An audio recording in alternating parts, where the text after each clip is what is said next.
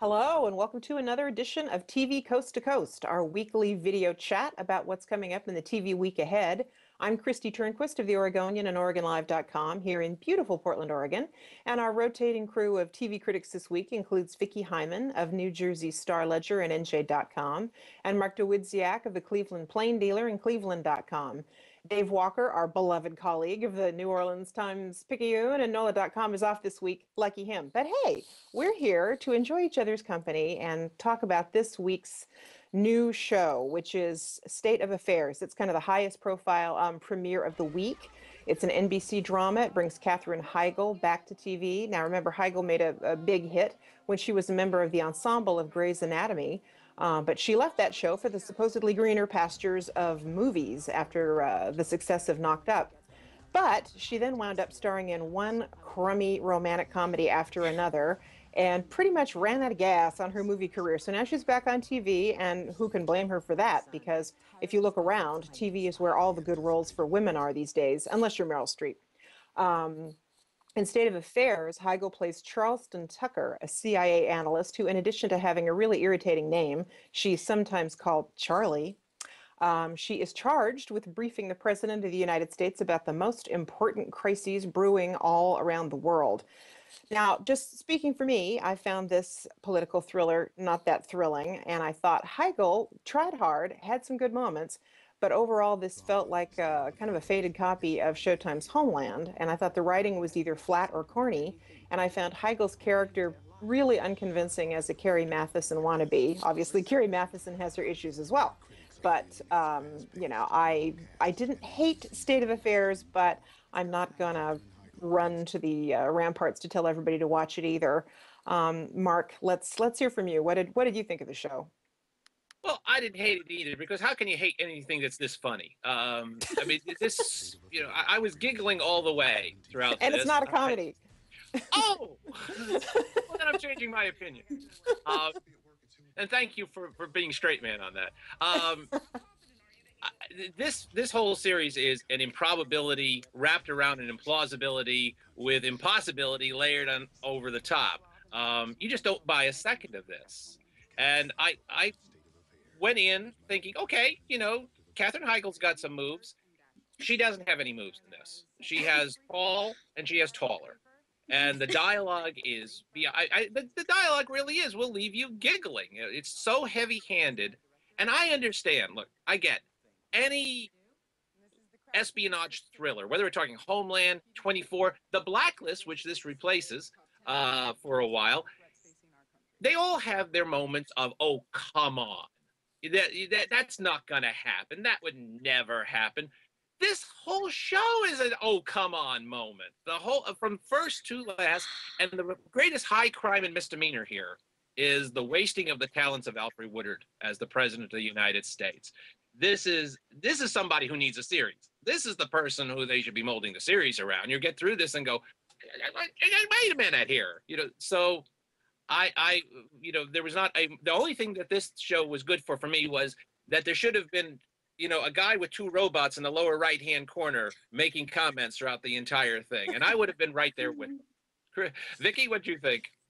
Well, I don't know about that. I mean, you put 24 and Homeland in the same boat, and I think 24 is, goes in one direction, completely ridiculous. And if Homeland for you is supposed to be believable in some way, I mean, there's no way that Carrie Mathison would still be employed by the CIA after everything that she has been done. But I'm willing to give Homeland, the benefit of the doubt and sort of like put that aside because it does the spy thriller so well, and because I love Mandy Patinkin. Now, I actually didn't hate State of Affairs as much as I thought I was going to. Actually, I didn't really hate it at all, and I can actually see it doing fairly well on broadcast television. I thought it was more in the mold of Madam Secretary than Homeland, even though Katherine Heigl has this irresponsible side where she's, getting over the death of her fiance, who also happens to be the president's son, the year before, and there's she has some guilt in that. Perhaps they're trying to hint at an arc going forward. I thought it was interesting. I like the fact that she wasn't totally bat bleep crazy like Carrie Mathison was. And I think my main problem is that, like what I've seen of Madam Secretary so far is that the problems of the week, the issues of the week that she's bringing forth to the president seem kind of cut and dried and not very interesting and not as murky as they are in Homeland and not as interesting. It's like, should we go after this guy or should we go after this guy? Oh, we'll go after this guy. And that didn't, I hope that they sort of take it in a more extreme direction, quite frankly. Kristi. Yeah, I mean, it's odd that there's this sort of mini trend of shows set in Washington, D.C. or set among people who work for agencies based in Washington, D.C. Obviously, this season of Homeland is not taking place in Washington, D.C. for the better, I think. And so I don't exactly know why there's this trend. I don't know if it's people wanting to copy Scandal, Homeland. When I was watching State of Affairs, it seemed like it kind of fell somewhere between the wild, over-the-top melodrama of Scandal and kind of that inside baseball, vaguely menacing, we don't know quite what's going on, maneuvering that's the tone that House of Cards has managed to set. And, I suppose there's room sort of in between those shows for a show that's interesting, but I just didn't find State of Affairs interesting enough. It felt like they were trying to cram a lot of stuff into the pilot, which is always the case with a pilot. I think maybe if the plots could get more interesting, the show might work better. But, and I do find Heigl interesting to watch. She's taken a lot of heat for, some comments that she made about the movie Knocked Up being kind of sexist. I happen to agree with her. I thought it was kind of sexist. She's taken a lot of heat for being fairly opinionated, I guess, about her career. And, I don't know her. I don't know if she's hard to work with. I think all that has been a little unfair. So I'm kind of hoping that this does turn out to be a good role for her. There's always room for another really fascinating, flawed female character on TV. So if this show turns out to be that, it'll be better than it is as it starts off.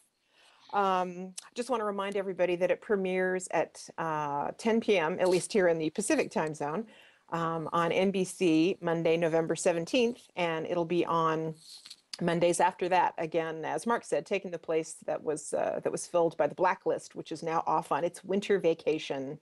I think that pretty much does it for us this week, unless you guys had other points that you wanted to make.